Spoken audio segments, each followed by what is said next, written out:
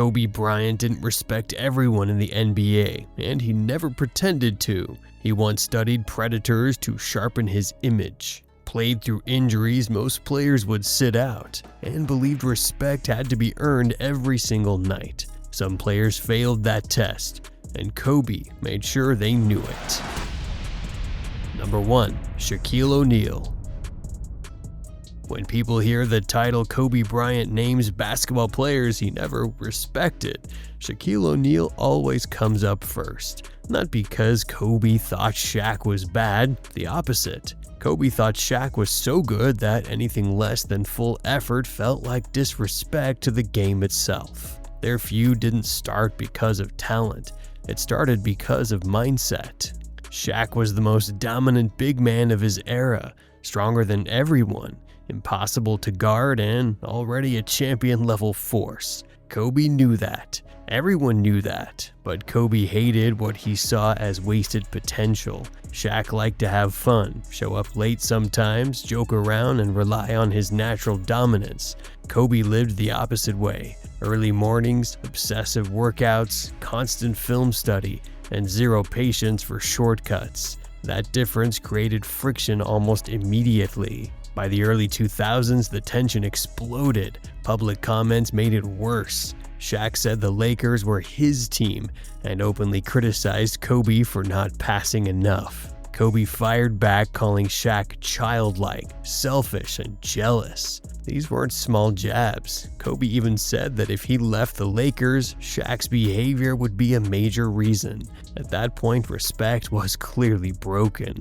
Inside the locker room, things were just as bad. Phil Jackson tried to keep it private, even ordering players not to speak to the media. Kobe ignored that order and was fined. Teammates described meetings where Kobe and Shaq addressed the team but refused to talk directly to each other. The feud wasn't a rumor, it was daily reality, and yet they kept winning. From 2000 to 2002, they won 3 straight championships.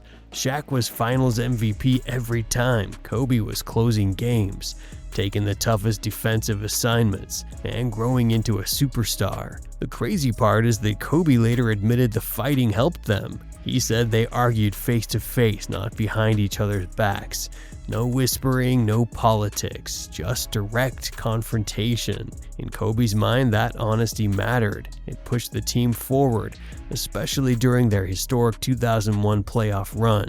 Still, the respect issue never fully healed while they played together. Kobe didn't respect what he felt was Shaq's lack of urgency.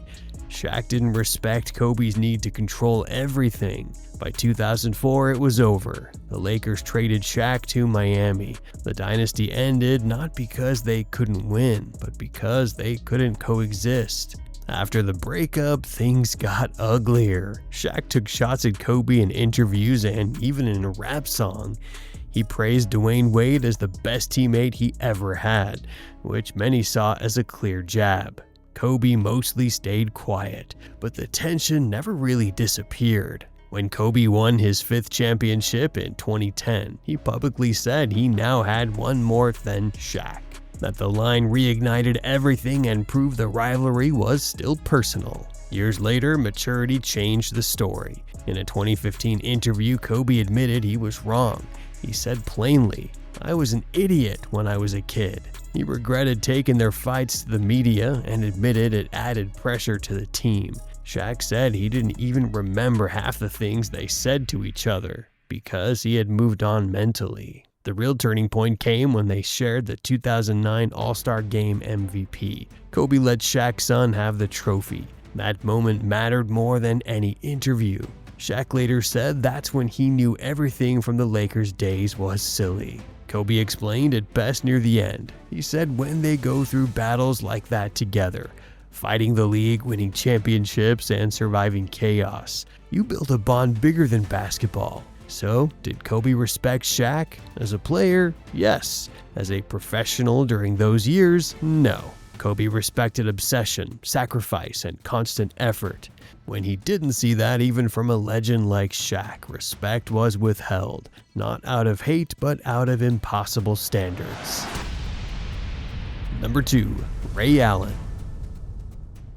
Kobe Bryant and Ray Allen never liked each other on the court. Ray Allen said it himself. "We did not like each other. It was always back and forth between he and I. Every game, every possession, they pushed each other, trying to outdo one another. Allen knew that every time he shot over Kobe, Kobe was coming right back with a shot of his own. That was the rhythm of their rivalry. They were drafted in the same class in 1996. Allen went 5th, Kobe went 13th. That alone set the stage. Kobe wanted to prove he was better and that he belonged at the top. Allen wanted to show that being drafted higher wasn't a mistake. From day one, it was competitive, personal, and relentless." Allen described their duels as more than competition. "There was a little jabbing at each other," he said. "Every time they faced off, they tried to one-up the other. Nothing was casual. Every basket, every defensive stop, every clutch moment mattered. They didn't just play, they fought for pride." This rivalry wasn't limited to regular season games. It hit its peak during the 2008 and 2010 NBA Finals. Allen with the Celtics and Kobe leading the Lakers clashed under the brightest lights. Allen made memorable shots, including 8 3-pointers in Game 2 of the 2010 Finals. Kobe responded with his scoring, carrying the Lakers through 7 grueling games. Each series was a back-and-forth chess match on the court. Allen also spoke about Kobe's broader impact on basketball. He said Kobe ushered in a lot of young people into the game. Even as competitors, Allen recognized Kobe's influence. The rivalry sharpened them both. Facing each other forced them to improve, to anticipate, to adapt. Their competition was personal, but also professional. The tension went beyond stats. Allen said, "Every time Kobe Bryant and I played each other, we wanted to one-up each other." That mindset defined their matchups. They were constantly measuring themselves against each other, testing skill, stamina, and mental toughness. Nothing was given. Respect had to be earned possession by possession. Allen admitted that the rivalry sometimes became a feud. Kobe once told Allen not to put them in the same breath, which added friction. But Allen also wished they could have reconciled, saying he wanted to sit down and laugh about things and be brothers in arms. Time, competition, and circumstances kept them from fully connecting off the court. They played against each other over 50 times. Kobe won 29 of those games, outscored Allen, and often had better overall stats. Still, Allen said both were successful in their own right. Every game was a contest of wills. Neither gave an inch. They respected each other's talent, but they never stopped pushing. Even after retirement, Allen reflected on the rivalry as intense and defining. He said, "We're always coming at each other every chance we get. That constant pressure, that back and forth, that was what made facing Kobe Bryant unforgettable for him. It was a rivalry rooted in competition, pride, and mutual challenge, and Allen acknowledged it shaped both their careers." Number 3. Smush Parker.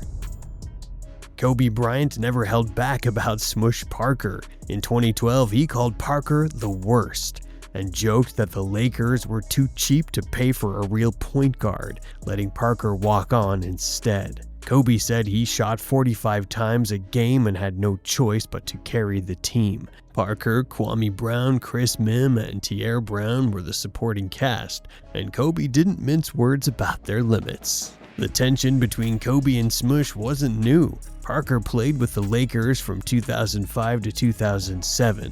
He started games, scored points, and made plays, but Kobe never really interacted with him. Parker said Kobe never spoke to me during those 2 seasons, even though they were teammates in the backcourt. Parker tried small talk, mentioning football once, but Kobe reportedly told him, "You need more accolades under your belt before you talk to me." Parker admitted later that he stirred some of the feud himself. On a 2007 interview, he called playing with Kobe overrated. He said it was a snowball he created, answering honestly when asked about his time with the Lakers. That comment added fuel to what Kobe had already thought about Parker's game and professionalism. Despite all of that, Parker has moved on. Years later, he found peace in his life outside basketball. He works at a ministry in Brooklyn, greeting churchgoers, supporting the pastor, and reflecting on his past. Parker said he's grown past the anger and hurt he carried from childhood and his time in the NBA. He even recognizes that playing with Kobe gave him special moments, like hitting a three-pointer to tie a game with Phoenix or stealing the ball from Steve Nash, which Kobe finished with a layup. Even so, the back and forth continued. Kobe would still bring up Parker in interviews, joking about how bad he was and how the team let him walk on. Parker responded saying he never bowed down to Kobe, stopped passing him the ball toward the end of his second season, and refused to kiss Kobe's feet. He made it clear he wanted to stand his ground and not be intimidated. Kobe's comments about Parker were both harsh and playful. He reminded everyone of the struggles of playing with less talented teammates. He joked about the shooting 45 times a game and questioned how he was supposed to win MVP with Smush and Kwame Brown around. It was a mix of criticism and humor, showing how Kobe measured team performance against his own standards. Parker explained the situation from his side. He said he answered questions honestly about Kobe, never trying to disrespect, but acknowledging their lack of connection. He also said there was no real personal conflict, just two professionals with different approaches. He called it a snowball because the public attention and Kobe's comments kept growing over the years. Still, the feud made headlines multiple times. Kobe would bring it up in playful jabs during practices even decades later. Parker reacted, sometimes amused, sometimes frustrated, always explaining his version. They never reconciled fully, but Parker respects the impact of those two seasons and the moments he shared on the court. Even after retirement, Kobe would still name Smush in interviews as one of the teammates he never respected, and Parker would respond with context, truth, and reflection. Number 4. Charles Barkley. Kobe Bryant and Charles Barkley had one of the most memorable NBA spats ever. It all started in the 2006 playoffs when the Lakers faced the Phoenix Suns in Game 7. Kobe had already scored 23 points in the first half, but the Lakers were behind. After halftime, Kobe barely touched the ball, shooting just 3 times in the entire second half. Phoenix pulled away, winning 121-90, and the basketball world was shocked. Charles Barkley called it out immediately on TNT. He said, "What he did was total bullshit." Barkley was frustrated that Kobe was trying to prove a point about not having help. He compared it to Michael Jordan, who would have shot every ball to win. Barkley didn't hold back, and Kobe heard about it fast. That same night, Kobe texted Barkley nonstop, cursing him out for criticizing his actions. Barkley described it as 2 hours of Kobe sending every name in the book. Barkley tried to calm him down, saying, "Yo man, pick up the phone and call me. Stop texting." But Kobe kept going, firing back at the criticism. Barkley said he was doing his job, pointing out what he saw on the court. But Kobe's reaction was pure emotion in the moment. The next season, Barkley and Kobe patched things up. Kobe admitted he had been wrong. Barkley called it a blessing in disguise because Kobe started trusting his teammates more afterward. He leaned on players like Pau Gasol, Derek Fisher, Andrew Bynum, and Ron Artest in his championship runs in 2009 and 2010. That Game 7 meltdown became part of Kobe's learning curve. Barkley has also reflected on Kobe's personality outside the court. He said Kobe was a real serious guy, not built to have fun. Barkley imagined Kobe on Inside the NBA and said he wouldn't have fit with the show's energy. "He was a great person. I liked him. Rest in peace. But he was a real serious guy," Barkley explained. He compared Kobe to Shaq, who could be wild and playful on set, while Kobe would have been focused and intense, probably more interested in film study than jokes. Barkley also admitted that dealing with Kobe's texts was exhausting. Kobe's competitiveness carried over off the court, and he took criticism personally, especially from a respected voice like Barkley's. The messages were heated, with cursing and back and forth arguing late into the night. Barkley laughed about it later, but at the time it was serious business. Even though Kobe cursed him out, Barkley never stopped respecting him. He acknowledged Kobe's drive and how it shaped his behavior. He also highlighted the 2006 series as a rare example of Kobe's frustration boiling over publicly. It was unusual to see Kobe step back and let others take over or hold himself from scoring to make a point. Barkley's story also revealed how Kobe handled accountability. He didn't explain himself during the Game 7 meltdown, but admitted he was wrong later. Barkley said that hindsight allowed both to move past it and maintain respect. He also pointed out Kobe's seriousness made him one of a few players who could fully focus on championships, even if it meant clashing with others along the way. Number 5. Reggie Miller. Kobe Bryant and Reggie Miller had one of the most intense NBA rivalries ever. It boiled over on March 1, 2002 during a Laker-Pacers game at the Staples Center. Late in the third quarter, Kobe launched a deep three as the Lakers were comfortably ahead. Miller didn't like it. Words were exchanged near half court. Then shoving started before long punches were thrown. Both stars ended up tumbling toward the scorer's table. Teammates rushed in. Shaq shoved Pacers aside to protect Kobe. Robert Horry dragged a Pacers player down. Austin Crocier's jersey got ripped. Jermaine O'Neal had to be held back by Mark Jackson. Ron Artest and coach Isaiah Thomas tried to cool things down. The refs ejected both Kobe and Reggie. The NBA handed each a 2-game suspension. Kobe was fined $12,500, Reggie $10,000. The fight wasn't personal, Reggie later said. Kobe has other issues he has to deal with. This has nothing to do with me or the basketball game. He left it vague, mysterious, and just enough to get inside Kobe's head. Kobe called him the next day asking, "What were we thinking?" Reggie said he thought Kobe wanted to be like Michael Jordan, the only other player he'd ever scrapped with. Their feud had history. Reggie had been an early mentor to Kobe. When Kobe came into the league, he looked up to Miller. They faced off in the 2000 finals. Shaq fouled out in Game 4 and Reggie thought the Pacers could tie the series. Then Kobe turned 21 and shredded Indiana, scoring on Miller with moves Reggie had taught him years before. That game cemented Kobe as a player to respect, but also as someone with a killer instinct. Miller knew Kobe early on. He said, "I like having fights with guys that are similar to me. That's why I probably got into it so many times with Jordan and with Kobe. I see me in a mirror." The 2002 brawl wasn't about disrespect. It was two alpha competitors clashing over principles. Reggie felt Kobe broke an unspoken rule by taking a shot with the game already in hand. Kobe didn't care. That tension escalated into the fight. Miller also explained the psychology. He knew Kobe's mentality before anyone else did.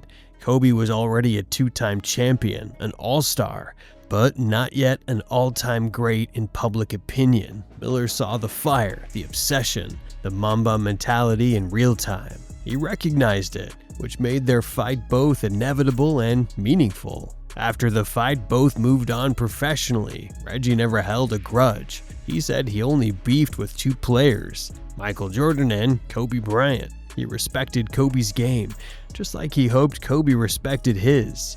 They never clashed publicly again, and their interactions afterward showed mutual understanding. The 2002 fight is remembered as chaotic, with punches thrown, players diving in, and chaos at the scorer's table. But behind the chaos was respect, history, and 2 players testing each other. Reggie Miller admitted years later that Kobe's intensity mirrored his own. Both thrived on competition, and both understood the value of sending a message on the court. Reggie Miller's remarks after the fight added layers of mystery. He hinted at Kobe's personal intensity without explaining it fully. That left fans speculating. Kobe's focus, his desire to shoot, his refusal to back down all created a memorable NBA moment. Number 6. Chris Childs. Chris Childs is one of a few players Kobe Bryant clearly did not respect in the moment, and their 1999 to 2000 clash explains why. This wasn't trash talk from a distance or subtle tension. It turned physical, fast, and neither side backed down. The fight happened during a Lakers vs. Knicks game late in the season. Childs, playing point guard for New York, said the problem started with basic positioning. Kobe was bigger, stronger, and liked to get deep. Childs knew that if he let Kobe get comfortable, the night would be long. So he played him tight and physical from the jump, bumping him up the floor, leaning into him and trying to keep him away from his spots. According to Childs, Kobe didn't like that at all. While running down the court, Kobe threw an elbow that caught Childs high around the neck and chin area. Childs warned him right there. He told Kobe not to do it again or it would become a problem. That was not said jokingly. That was a clear line. Kobe didn't stop. Childs said the elbow came again, then again. He looked to the refs for help and got nothing. No whistle, no warning. At that point, Childs decided he wasn't going to keep absorbing shots for free. When they came around a screen, words were exchanged. Kobe walked up on him and called him the B word. Childs responded by nudging him back with his head to create space. Kobe answered with another short elbow. That was the trigger. Childs threw a clean two-piece. Both punches landed. The bench cleared immediately. Kobe went down. Players swarmed, and the officials rushed in. It was over quickly, but the damage was done. Kobe was furious, not just because of the punches, but because Childs didn't stand there afterward. Kobe later said he decided to throw a punch then run, clearly annoyed by how it played out. Childs explained that part too. He said he backed up on purpose. Not fear, not hesitation, but awareness. He wanted everyone in front of him so nobody could come from behind. He had seen enough NBA fights to know how fast things turn ugly when teammates jump in. Once he saw the chaos and the refs stepping in, he knew it was done. The league punished both players. Childs got 2 games and a $15,000 fine. Kobe got 1 game and a $5,000 fine. The Knicks also got blown out that night, which made everything worse for New York. Shaq dominated and the game itself was never close. After that, there was no friendship and no sit-down. Childs said it clearly years later. We weren't friends. They didn't talk it out or joke about it. They simply acknowledged each other when they crossed paths. Sometimes a nod, sometimes dap during UCLA runs with Magic Johnson. That was it. There was no apology tour, no public bonding, no deeper relationship. Just 2 competitors who stood their ground, settled it on the floor, and moved on without pretending it was anything else. That's the list Kobe never talked about publicly, but his actions said everything. Let us know in the comments if you agree or disagree. And don't forget to like, subscribe, and follow for more real NBA stories.